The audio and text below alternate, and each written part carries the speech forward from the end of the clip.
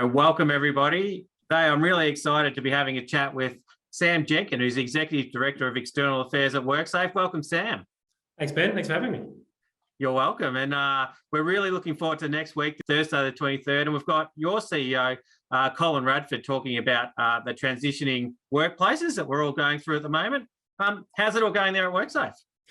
Look, like a lot of parts of Victorian economy, Ben, we're really busy trying to deal with our everyday business in the context of an ongoing pandemic. I know the pandemic feels like a long way away from a lot of people now, with high vaccination rates and return to work and principally return to normality across a lot of Victoria. But, you know, we're still managing to deal with all those elements that come with a return to office. You know, we've moved pretty strongly into a viewpoint of 3 days a week is our starting point for return to office. And that's been very successful, though we are going through a bit of a patch at the moment, given winter, high COVID rates, high flu rates, and a whole range of other things going on in what is a pretty cool winter at the moment. But yeah, we're really focused on getting people back to the office, because we know that our people work best when they're collaborating. And so that's why for us, return to the office is really important.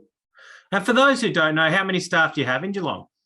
Yeah, right. Well, WorkSafe is an organisation of almost 1,500 people now across the state, but we have upward of 950 staff ostensibly based here in the Geelong CBD in two locations, 1 Mallop Street and 44 Mallop Street.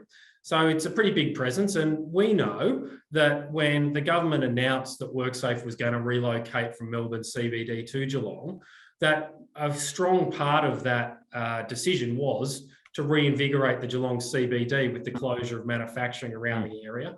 So we've been really committed since that move occurred to making sure that we are fulfilling that commitment to the people of Geelong and fulfilling that commitment to the Geelong CBD by invigorating the area and getting foot traffic and business into the local business.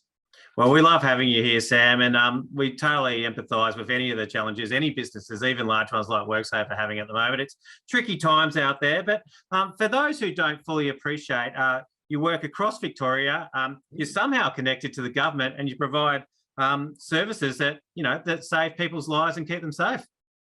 Yeah, so WorkSafe Victoria is a statutory authority. We report to a board, therefore, but are very closely connected to the policy positions of the government of the day. Ostensibly, WorkSafe is Victoria's workplace health and safety regulator and workers' compensation insurer. So we're almost two businesses in one, which is why we have such a large presence throughout the state. And our purpose is very clear, and it goes down those two lines of business. Our purpose is to reduce workplace harm and to improve outcomes for injured workers when people are injured in the workplace. So, we get around, but most of the time we're based here in Geelong. Yep. Now, Colin's going to chat to us about mental health in the workplace, and it's something certainly at the Chamber we've got programs that are running for business owners, and it's a conversation that seems to have become much more live and acceptable, and it's certainly out there at the moment. And chatting to you offline, you said that mental health and the cases of mental health have started growing since about 2011. What are you seeing more generally in that space through WorkSafe? Yeah, Ben, look, mental health is a challenge. It's a societal challenge. We know that. And, the government instituted a Royal Commission into the mental health system here in Victoria. We've had Productivity Commission reports from an Australia-wide perspective on the costs of mental health to the Australian economy. So it is a conversation that has really kicked off in the last 5 years. But here in Victoria, in the workers' compensation sphere, we've seen a growing trajectory of workers' compensation claims for mental health injuries, primary mental health injuries, since, as you said, early last decade. And today, we have more than 16% of all of our workers' compensation claims here in Victoria are for primary mental injuries. And at the moment, we anticipate that on the current growth trajectories, we anticipate that to be upward of 30% by the year 2030. So it's a big problem. It's an increasing problem. And we think it's probably going to get better. It's probably going to get worse, I should say, before it gets better. And the other thing I'm hoping Colin touches on next week is the obligations of employers, CEOs, to their colleagues and their workmates, not just in the workplace, but also when they go home.